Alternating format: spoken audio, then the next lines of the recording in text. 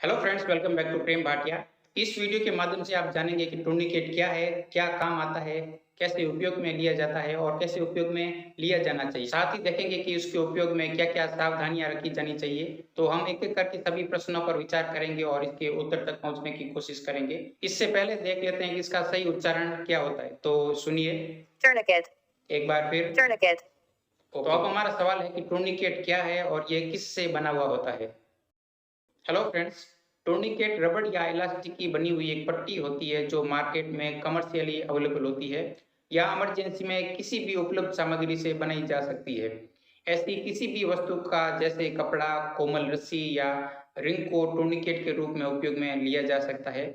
लंबाई में आमतौर पर यह 1 से 2 फीट लंबी होती है और चौड़ाई में कम से कम 2 से 3 इंच चौड़ी होनी चाहिए। यदि यह पतली होती है तो इसका उपयोग करने से त्वचा को चोट लग सकती है। अब हमारा सवाल है कि टूर्निकेट क्या काम आता है? टूर्निकेट का उपयोग ब्लड कलेक्शन में किया जाता है। ब्लड कलेक्शन के समय जब वेन अच्छी तरीके से दिखाई नहीं देती है, तो वेन को स्क्वीजिंग करने के लिए इसका उपयोग किया जाता है। ब्लड कलेक्शन के अलावा इसका उपयोग बहते खून को रोकने के लिए भी किया जा सकता है।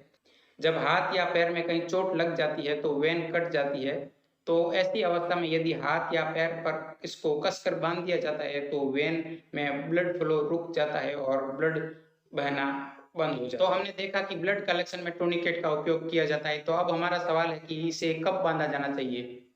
ब्लड कलेक्शन के लिए जब पेशेंट तैयार हो जाए और ब्लड कलेक्शन के लिए आवश्यक सामग्री जैसे सिरिंज, वैक्यूटेनर, वाइल्स आपके पास तैयार हो तो ही टूर्निकेट बांधा जाना चाहिए। क्योंकि ब्लड कलेक्शन में टूर्निकेट को आप अधिक देर तक अप्लाई नहीं कर सकते हैं, क्योंकि इसके बाद आपको डिसइंफेक्शन, वेन सिलेक्शन, वेनिफंक्चर और ब्लड कलेक्शन की प्रक्रिया इसके साथ ही अपनानी होती है।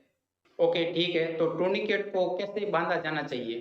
टूर्निकेट बांधने की एक तकनीक होती है जो सभी को आनी चाहिए। यदि आप नए हैं तो इस तकनीक को आपको ज़रूर सीखना चाहिए। इस तरह के टूर्निकेट को बांधने में कोई समस्या नहीं आती है, इसे केवल आपको एक क्लिप लगानी होती है। जबकि रबड़ के इस तरह के बैंड को बांधने में आपको परेशानी हो सकती है, क्योंकि इसमें गाँठ बांधने में आपको परेशानी हो सकती है।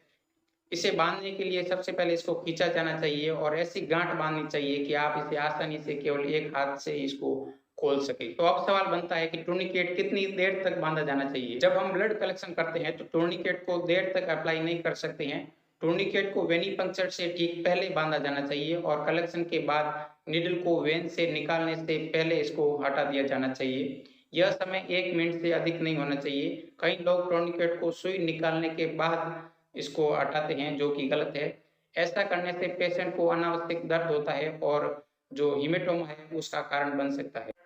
ब्लीडिंग स्टॉप करने के लिए अप्लाई किया गया टूर्निकेट को ब्लीडिंग स्टॉप होने तक अप्लाई किया जा सकता है और इसमें अधिक समय भी नहीं लगता है, सामान्यतः 5-10 मिनट का समय लगता है। यदि इसे लंबे समय तक लगाया जाता है तो टूर्निकेट मांसपेशियों, नसों और ब्लड वेसल्स को परमानेंटली नुकसान पहुंचा सकते हैं। अब सवाल है कि टूर्निकेट कहाँ-कहाँ बाँधा जाना चाहिए? टूर्निकेट को हाथ, पैर या वहाँ पर पंक्चर साइट के ऊपर से लगभग 4 इंच ऊपर बाँधना जाना चाहिए। वेनस ब्लड कलेक्शन में ही टूर्निकेट काम में आता है। कैपिलरी ब्लड कलेक्शन जैसे स्किन पंक्चर में टूर्निकेट की आवश्यकता नहीं होती है।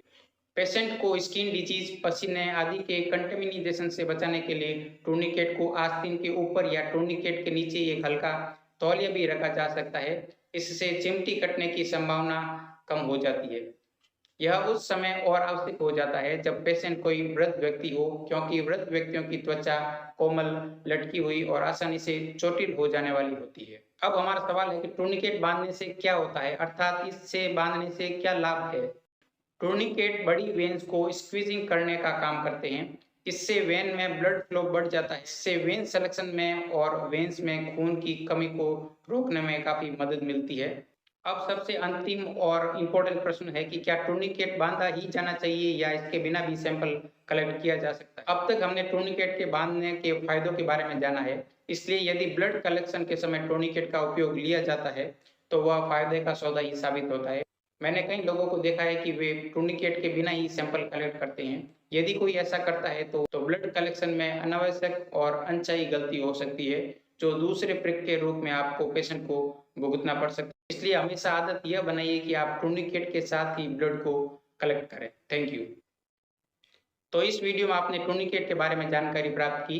आई होप ये जानकारी आपको पसंद आई होगी। तो पसंद आई है तो लाइक जरूर कर लीजिएगा और अपने फ्रेंड के साथ शेयर कीजिएगा। और ये चैनल पे पहली बार है तो चैनल को सब्सक्राइब करके बेल आइकन को दबाकर ऑल को सेलेक्ट कीजिएगा। इसके संबंध में अन्य कोई क्वेरी है तो आप हमें कमेंट करके जरूर बताइएगा।